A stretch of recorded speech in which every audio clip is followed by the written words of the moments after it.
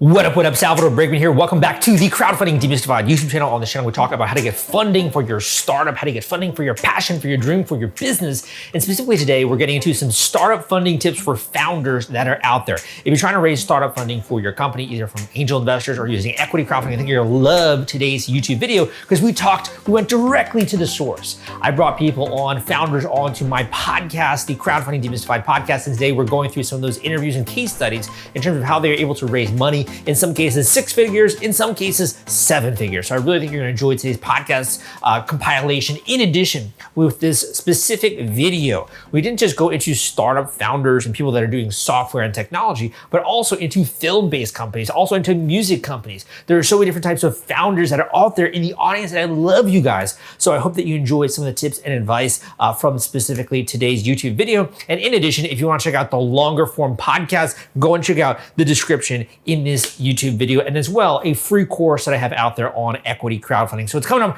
right after this. Buckle your seatbelts. I think you're gonna enjoy today's video, and it's coming up in just a second.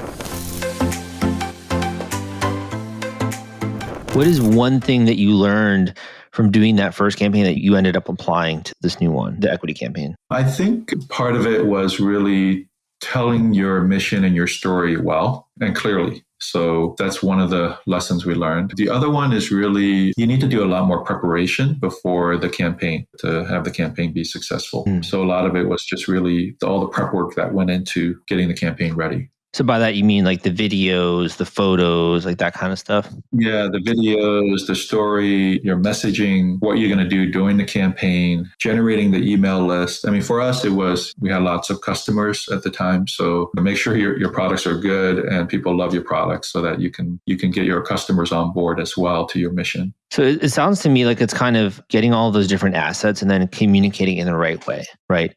To get people to understand kind of in the same way that you think about the business, like they're understanding in that same mindset. Yeah, you have to be passionate about what you're doing. Otherwise, people aren't going to be passionate about your business unless you're really passionate about it too. So, do you feel like it's different from VC funding or is it kind of similar?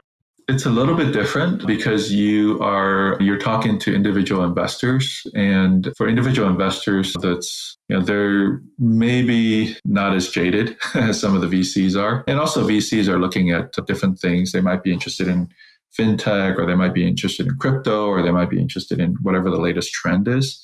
And I think in that respect, I think individual investors are looking at the company more, and it's just how you communicate your vision to people about what you're doing with the company. Let me ask you a question when it comes to all these new technological innovations that you see and that you've been obviously researching.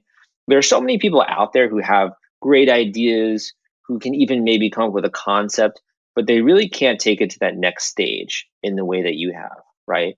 To be able to capture the public's imagination, to be able to get people in Serbia, right, talking about your product, to be able to turn that into from $500 in your bank to now over $100K, right?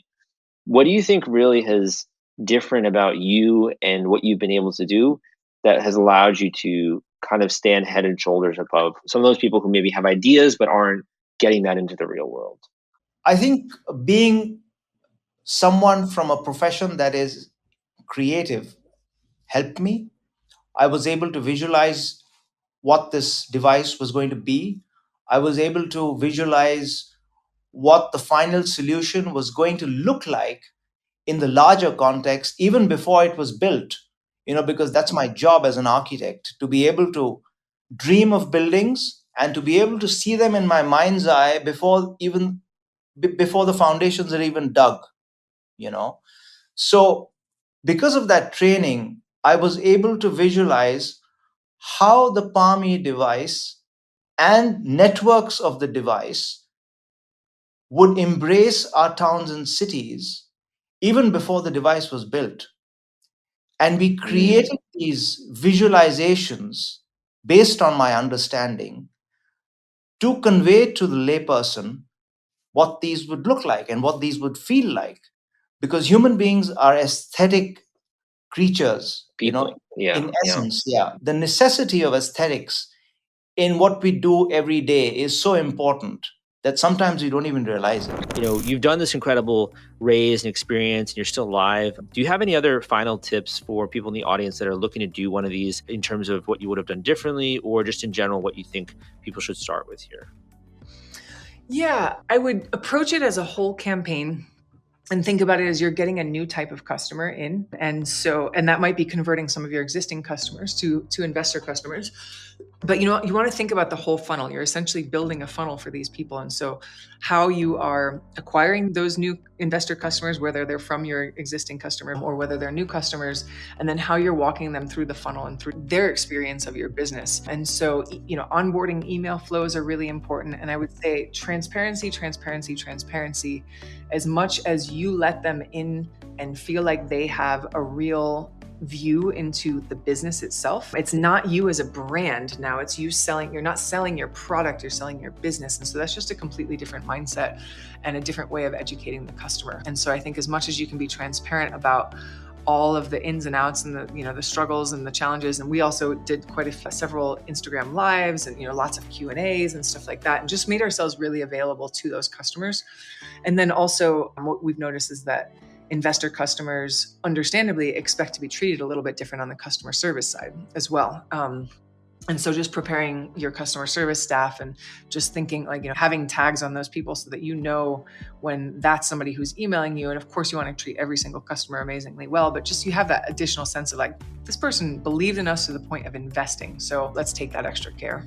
Yeah, well said. My final question for you is, for those listening in the audience that are kind of in that early stage, and it could be a female in the audience, it could be a male entrepreneur, it doesn't matter. What's something you could share with them, either a final word of encouragement, a final tip on the journey, something that you just like to pass along, anything along those lines? We kind of end the show on that note. I would say, going back to what I was saying earlier, is keep digging in for the why that you're doing this. Because if it's just to turn a profit, if it's just to make money, the process is going to exhaust you too much, and because you're not going to make money for a long time. The truth comes out.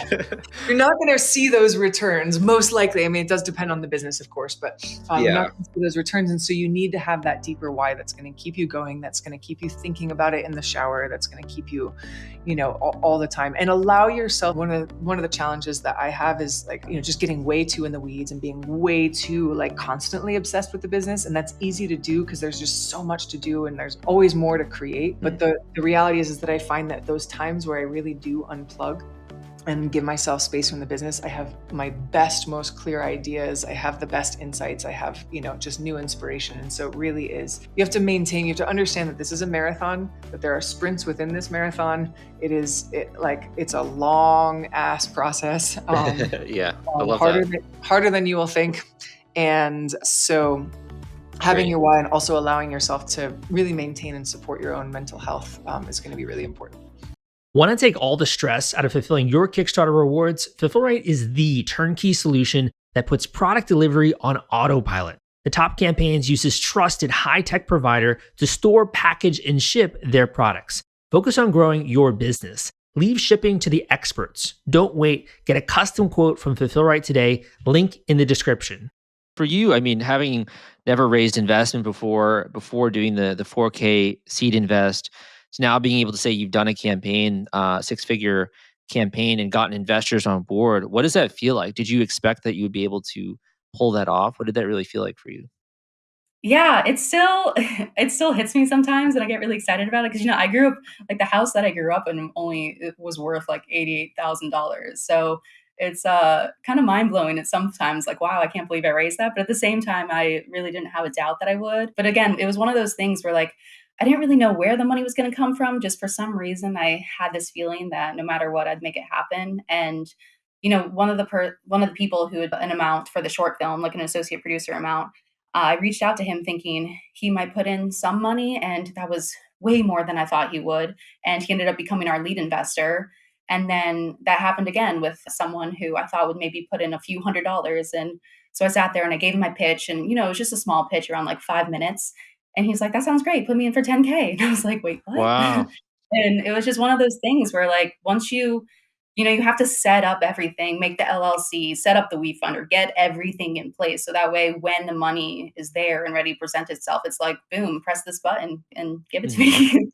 Yeah, yeah. It's a lot of setup, obviously. And I think for someone new as well, all those jargon and terms and accounting, like it's can seem like a lot for sure. Yeah. Did you find at all people to resonate with it when it comes to the WeFunder ecosystem? Or is this mainly from your own marketing and the crowd that you sort of brought? I think it's a mix of it. WeFunder states that, like, 2/3 is us, and then a third comes from WeFunder. And I think that it was probably pretty true. A lot of it did come from me and a few people on my team, but we did get a lot of people that just found it through the WeFunder platform. And Mhm. one of the bigger investors, he found it through the WeFunder platform, but he did reach out to me separately on LinkedIn and wanted to have a phone call because he was interested in investing more for a producing credit. And so I sent him the script. I had like an hour-long phone call with him just to talk about myself and the film. And he was one of the people who said he invested because of the passion I had for this project. So cool. So cool. Yeah, yeah. So he found it only because of WeFunder. So I did appreciate the platform brought in a lot of traction. And for you being in Australia, I believe you said, how did you hear about equity crowdfunding, or what really got your attention there to begin a process like this? Yeah, so I'm not actually in Australia. I'm in America. I've lived in Los Angeles for 6 years. Oh, okay. Uh, Sorry, I got that one wrong. Yeah. no, that's okay. My co-founder lives in Australia, and half of our team is in Australia. So it's a good question, and it makes working across multiple time zones very tricky. but we do make Well, do. you kind of pass it over though. Like you do your work and you pass it over to them. They do their work. So you got like 24/7, right? Someone on call. Basically, we almost, yeah, because my last meeting of the days is like 10 p.m. LA time. I go to sleep, I wake up, and the person I was speaking to then is in their final hour of the workday. So it does sort of work. But anyway, so we found out about equity crowdfunding just from reading some articles in the press, frankly, back in probably 2018. And we dismissed it originally. I think, musicians aren't necessarily those with the most disposable income. That's obviously a stereotype, but it's fairly true. So we just didn't think our audience would necessarily resonate. But we did this quiz with our entire user base. We sent out an email saying, if we were to launch a campaign, what is the appetite? And within 24 hours, people indicated that, well, $500,000 worth of money was sort of committed's not the right word, but that's the range that people said that they would be interested in participating in. So suddenly we thought, okay, this could be a way to fund the next stage of the company. And so that started about a 6 to 12 month process of getting to know all the major platforms, meeting with all of the CEOs of those companies, doing due diligence, and getting the company fit as well for raising, because our structure C Corp at that time, I think it was an LLC. And so we had to do a whole lot of stuff to get the company in shape to do crowdfunding, but I would never look back now. It's funny that we were so cynical at one point, because it's been very good for us. Yeah, I mean, it also seems like it involves your community as well. Just like looking at your page, all these people saying why they invested is so cool. People saying like the potential for growth. I'm a musician, excited for a platform like this.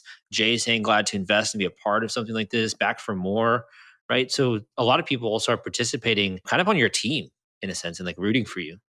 Yeah, so we see this as a way of basically increasing the number of brand ambassadors we have or evangelists that we have around the world, which is super powerful, especially when you're talking about building a network and a community like Vampa. It's funny though, and as you identified, our investor community, which is now 2,600 people large, I believe, thereabout, that's becoming a community of its own. And we're starting to wonder, how do we manage that? Like, do we create a special page for them inside the app where they can all communicate? Because they're growing. I mean, the fact that any company has that many shareholders at this stage is, I just think, frankly, remarkable. Mm-hmm. And what you do with them and how you use them in a good way to help promote the business and test new features and give like feedback from people who actually give a crap, like all of that stuff is really exciting, but hard to coordinate when there's just so many people. For sure. For you, like, what is the most exciting part? Because I think it's actually really rare where you get a creative type like yourself able to kind of put the business brains together and really spearhead this thing. What gets you really excited about this? I've said this in many interviews, but it's true. I really believe that every musician is a small business owner and probably a little bit savvier than they realize. Like, if you think about the smallest club show in the world, you're probably dealing with like 27 people in the supply chain. You've got promoters, you've got merchandise manufacturers, merchandise people manning the table, you've got managers, agents, lighting people, sound front of house, sound back of house, your bandmates, your songwriters, your PROs. I could keep going, right? And so you have to become quite savvy at dealing with lots of people to put on even just a quite small little intimate club show. So you learn a lot, especially after you do that for 10 years. And in my case, I got to the place where we were playing arenas. So I became very familiar with business. And when it came time to starting Vamper, I was just taking that entrepreneurial mindset and just slightly shifting it, I guess. And sure, there's things I have to do now, like cap table management and compliance stuff that I never had to do as a creative. But like any skill, you do it enough times, you pick it up, it becomes second nature. All right, man, I hope that you liked this video. And if you did, come subscribe to this channel for more content just like this. Give me a thumbs up if you did like this video. And in addition, if you want to explore doing an equity crowdfunding campaign, raising money from the crowd, raising investment dollars from the crowd for your business. This is really for people that are trying to do a raise, I'd say, from angel investors, from the crowd, of course, as well. And under regulation crowdfunding, you can raise upwards of $5 million at the time I'm recording this video using equity crowdfunding. And tons of companies are doing this, as you can see from my podcast, as you can see from this video, obviously. So this is something that you want to explore if you're interested in learning the step-by-step process to actually accomplish that, to raise funding from the crowd, to get startup funding dollars for your business. Go and check out my free course. My free course, the link is crowdcrux.com/equity-audio. I will include that link down below at crowdcrux.com/equity-audio. I also have written the book, Equity Crowdfunding Explained, which really goes into the ins and outs and step-by-step process of raising money from the crowd, doing an equity crowdfunding campaign on platforms like WeFunders, Start Engine, Republic.co, using regulation crowdfunding to be able to raise funding from the crowd. So again, go and check out that free course at crowdcrux.com/equity course. For those of you that really want to supercharge this process, you are ready to get going, like you actually want to raise funding quite soon when it comes to this company, or you want to lay the foundation for a really good raise. You want to understand the marketing behind it. How do you actually go out there and you get people to invest in your company, to also assess the assets that you already have when it comes to where you are, what you're trying to raise money for? Is it even viable? You can also book an individual one-on-one coaching call with me at the link down below at crowdcrux.com/coaching. So that's crowdcrux.com/coaching. Hope you enjoyed this video, and if you support my mission to really share high quality education, right, when it comes to this industry, and to kind of make it not so complicated, but not so financially jargon, but really simple and easy to understand, come subscribe to this channel because you're gonna like a lot of the videos that I have in the works. Hope you enjoyed this. Again, my name is Salvador Briggman, and I will see you next time.